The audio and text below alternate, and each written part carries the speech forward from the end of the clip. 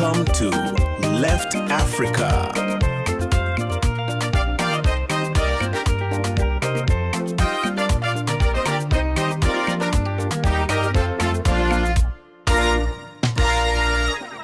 Imagine planning a multi-billion-dollar marketing campaign. Right. Just to show the world how safe, united, and, incredibly modern your company is. Right, setting the stage for a massive reveal. Exactly. You've invited all your most important clients to headquarters, the cameras are rolling, but right as that global broadcast goes live, you look at the security monitors and realize your own building guards are systematically attacking the international staff down in the lobby. Wow. I mean, that is just a staggering contrast. It really is. Your flagship moment is basically colliding in real time with an absolute disaster of your own making. The disconnect between, that highly polished image going out the front door and the chaotic reality unfolding on the ground floor, it's huge. Welcome to the deep dive. And that nightmare scenario, it's not a metaphor today. It is the literal reality currently unfolding in South Africa. Yeah. Our mission today is to unpack an explosive, rapidly accelerating diplomatic rupture between Africa's two absolute heavyweights, which are Nigeria and South Africa. And we are looking at a crisis that fundamentally challenges the entire concept of Pan-African unity. And it's happening on, the largest possible global stage. Right, let's unpack this. We have to set the scene first. It is the first week of June 2026. Mobs are systematically targeting foreign-owned businesses in major economic hubs. We're talking Johannesburg, Pretoria, and Durban. And when you look at the on-the-ground footage from places like Alexandra Township or the inner city of Johannesburg, I mean, it is chaotic. And the diplomatic fallout was immediate. Nigeria did not wait around for assurances. The Nigerian government activated emergency protocols right away. Which is a huge logistical move. Absolutely. They brought in the National Emergency Management Agency, NEMA, along with the Nigerians in Diaspora Commission. As of the first week of June, they approved 5 massive evacuation flights to pull out over 1,000 screened Nigerian citizens. 1,000 people, wow. Yeah. The logistics alone are staggering. They are prioritizing women, children, the injured, and people whose passports and documents were literally destroyed in the fires. Right. And what the latest dispatches clarify is that, Nigeria is not acting in isolation here. No, far from it. Over 20 African nations are either actively airlifting their citizens out or issuing severe travel advisories. 20 nations. Yeah. Ghana, Zimbabwe, and Lesotho are all mobilizing to protect their people. And the situation for Mozambican nationals has been particularly devastating. Yeah, the reports on that are grim. They really are. According to the combined reports from Al Jazeera and Anadolu Agency, Mozambique has suffered 14 confirmed fatalities across 2 recent waves of attacks. Entire embassy staffs are working around the clock just to secure safe passage to the airport. I mean, when over 20 sovereign nations simultaneously look at your domestic security situation and determine that their citizens are in imminent mortal danger, it fundamentally ceases to be a localized policing issue. Right. It becomes something else entirely. Exactly. It is a continental emergency. The entire framework of regional trust has basically collapsed. And that collapse of trust brings us to the emotional core of this specific rupture between Nigeria and South Africa. We've laid out the massive scale of these evacuations, but we really need to look at why this specific fracture feels so visceral. It's deeply personal. Yes, this doesn't read like a standard geopolitical dispute over trade tariffs. It reads like a deeply personal family feud. And that is because the current crisis is rooted in a history of profound betrayal. Right. It is the unavoidable historical contradiction driving Nigeria's response. The fact is, Nigeria literally paid for South Africa's freedom, and today, South Africa is displacing Nigerians. And the numbers behind that support are staggering. During the anti-apartheid struggle, Nigeria sacrificed an estimated $61 billion in oil revenue. $61 billion. With a B. With a B. By strictly complying with international sanctions against the apartheid regime. Let's think about the mechanics of that for a second. This isn't just a government writing a check. No. This is an emerging economy choosing to forfeit $61 billion in potential growth. They willingly absorbed a massive hit to their own national development. They systematically restricted their own primary export. Yeah. But, Nigeria's involvement went far beyond just an oil embargo. Right. They provided crucial diplomatic cover at the United Nations. They actively lobbied against Western powers who were perfectly content to just continue doing business with the regime in Pretoria. Wow. Yeah.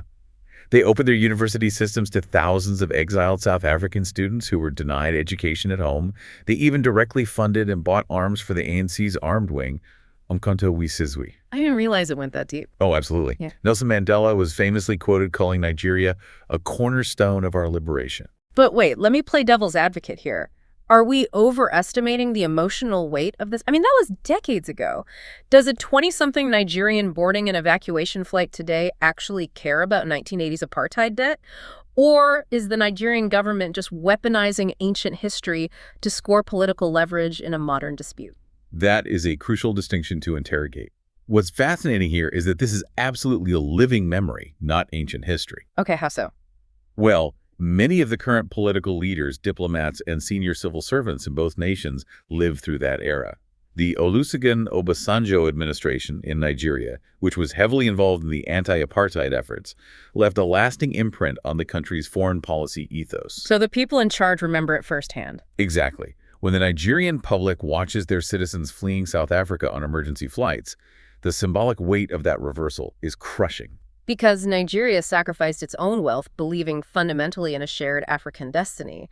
They absorbed those economic hits, believing that a liberated South Africa would be a permanent partner. So, watching the children of that anti-apartheid generation violently expel Nigerian immigrants, it feels like the ultimate ingratitude. The moral irony is devastating to the psyche of the relationship. It is an emotional wound that makes the diplomatic negotiations vastly more volatile. And that overwhelming sense of betrayal is exactly why Nigeria isn't just sending planes and writing strongly worded letters.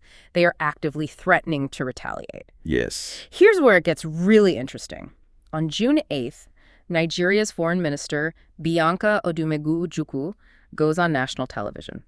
She delivers a line that instantly becomes the defining headline of the week. She says, and I quote, "Retaliation is not off the table." I mean, in the highly choreographed world of diplomacy, that is the equivalent of pulling the pin on a grenade and setting it on the negotiating table. She left the specifics strategically ambiguous, but financial analysts immediately began modeling the potential weapons in Nigeria's arsenal. And those weapons are massive. We are looking at the potential restriction of billion-dollar remittance flows.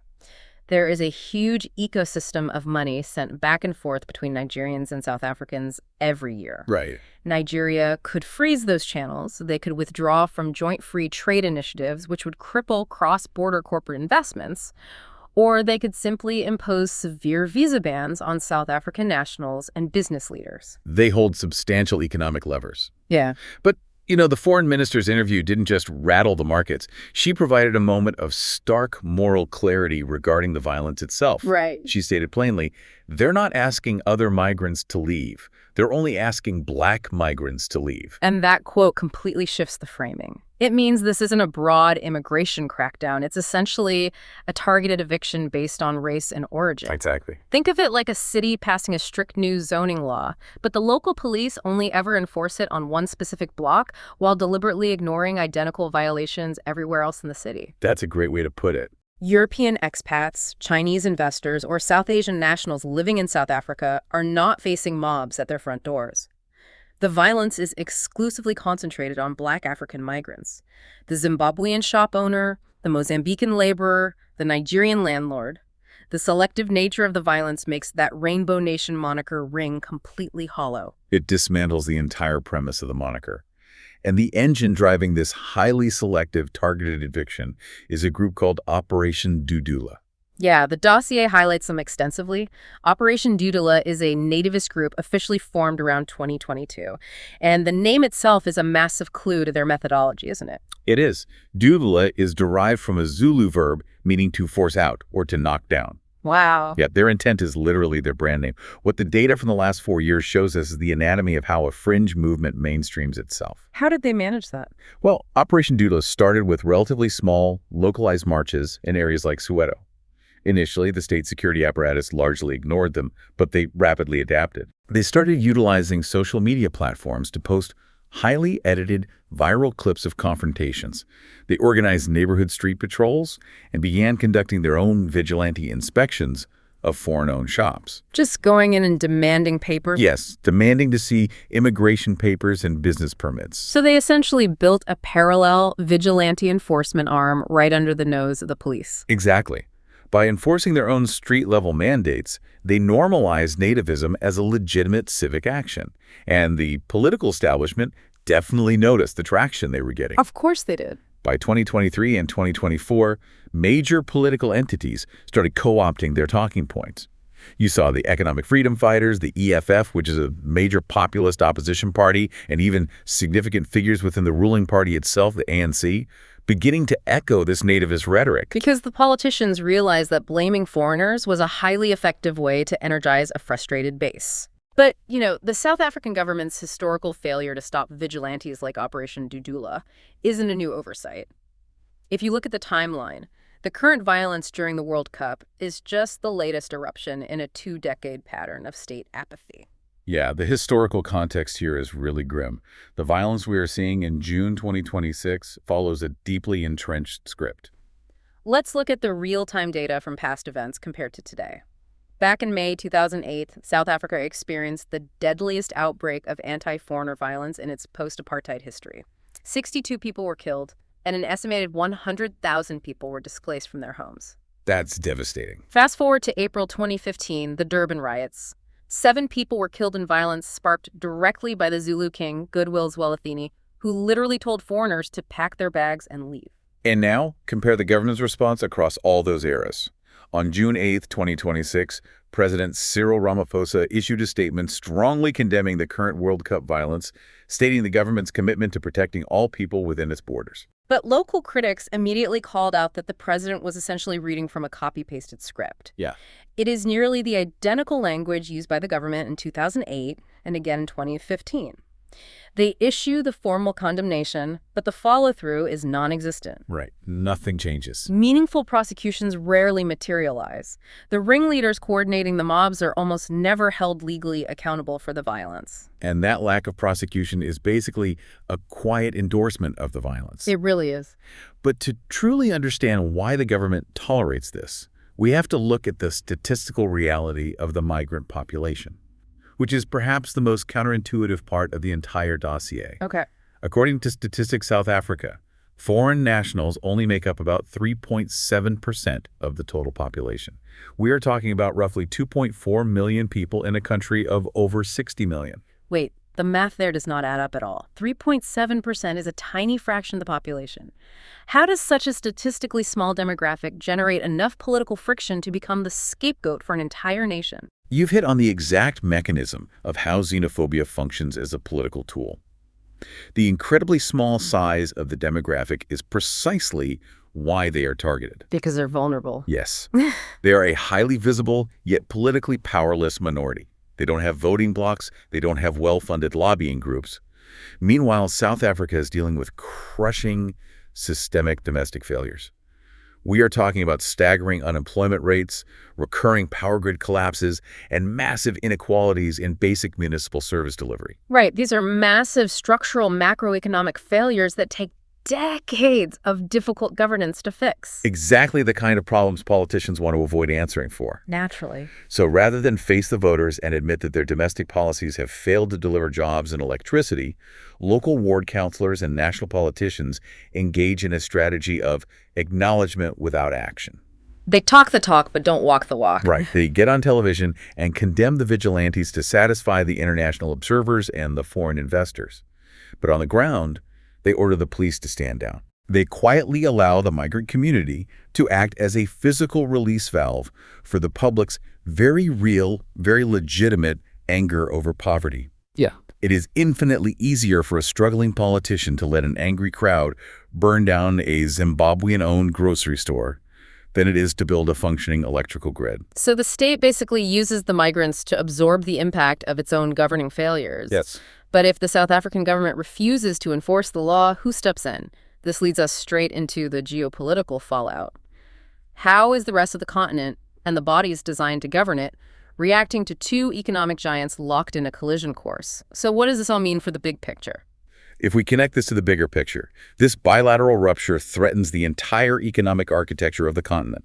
The flagship project for Africa's future right now is the African Continental Free Trade Area, commonly known as FCFTA. Right, the big trade zone. Exactly. The whole premise of FCFTA is to integrate Africa's major economies by removing trade barriers, aligning customs protocols, and most fundamentally, allowing the free movement of goods, services, and people. It's the blueprint for a massively lucrative, borderless economic zone. But you cannot have a borderless free trade zone if the physical safety of the people conducting that trade isn't guaranteed. Exactly. If a Nigerian logistics manager or a South African software engineer is terrified of being attacked when they cross the border, the trade simply stops. The economic theory cannot survive the sociological reality. If Nigeria and South Africa, the two foundational pillars of this agreement, cannot safely host each other's citizens, FCFTA becomes nothing more than a paper promise. The integration completely stalls. And where's the referee while all this integration stalls? The African Union. As of June 10th, the dossier explicitly notes the deafening silence of the AU. Crickets. Literally nothing. They have made zero formal statements. The AU Peace and Security Council hasn't even convened an emergency session to address the fact that its two most powerful members are locked in a severe diplomatic crisis. It's remarkable. Let me give you an analogy for how this looks to the global community. The African Union right now feels like a neighborhood watch program. They are fantastic at mediating disputes between the smaller houses on the block, maybe fixing a broken fence between two neighbors. Sure. But the absolute second the two biggest, wealthiest mansions on the street start hurling rocks through each other's windows, the neighborhood watch completely freezes up, hides in the bushes, and pretends they didn't hear the glass breaking. That analogy perfectly illustrates the functional paralysis at the heart of the African Union. The AU's entire architecture is built on consensus and voluntary cooperation. Which works fine when everyone agrees. Right. It has mechanisms to apply pressure to smaller member states, perhaps suspending a country after a military coup, but it has absolutely no structural leverage to discipline its financial heavyweights. They're essentially untouchable. Pretty much. If the AU takes a firm, punitive stance against South Africa, they risk alienating a massive source of their operational funding and a key strategic partner. If they side against Nigeria, they face the exact same financial and diplomatic ruin. So they just do nothing. Faced with that impossible calculus, the institution simply freezes. Which means the continent is left without a mediator, and the long-term damage to South Africa's international brand is catastrophic. Oh, absolutely. For decades, South Africa has positioned itself as the diplomatic voice of the continent. They hold the moral authority. They sit on the UN Security Council representing Africa. They are the African anchor in the BRICS economic bloc. And that carefully curated reputation is eroding by the hour. You cannot credibly project yourself as the moral and diplomatic leader of a continent when you cannot ensure the basic physical safety of that continent's citizens within your own borders. No, you really can't. The immense global goodwill that South Africa earned through the anti-apartheid struggle, the legacy of Mandela, the Truth and Reconciliation Commission, all of that historical capital is being burned in the streets by nativist mobs. Every single evacuation flight that takes off from the Johannesburg runway is fundamentally a geopolitical vote of no confidence. It was a profound unspooling of a legacy. So to bring this all back to you, the listener, and why this specific deep dive matters to you, regardless of where you live or what industry you work in. Yeah. This crisis is a masterclass in the fragility of international agreements.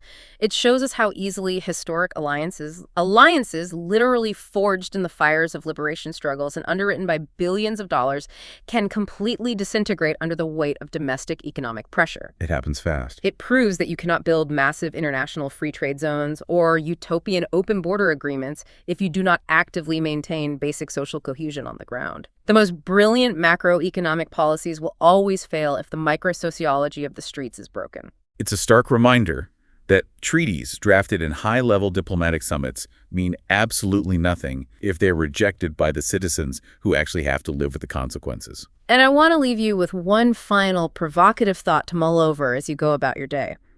We know for a fact that global migration is going to exponentially increase in the coming decades. Oh, without a doubt. Between shifting global supply chains, economic instability, and the accelerating, unavoidable impacts of climate change. Hundreds of millions of people are going to be on the move. Now look at South Africa. Here is a nation whose entire modern constitutional identity is predicated on overcoming segregation. They're the rainbow nation. Yet, under economic duress, they are completely failing to integrate a migrant population of just 3.7% from their own neighboring countries. Which raises an incredibly urgent question. If a nation with that specific history of overcoming division and that explicit constitutional mandate for unity cannot handle a 3.7% demographic shift without the political system buckling, what does that signal for the future of borderless trade and global migration initiatives everywhere else in the world? When the climate refugees really start moving and the demographic shifts are far higher than 3.7%, how will the rest of the developed world react? We started today by talking about a company throwing a party while its own security guards attack the guests. It seems the fire isn't just an isolated incident in the lobby anymore, it's in the foundation, and the whole world is going to have to figure out how to put it out before the building collapses.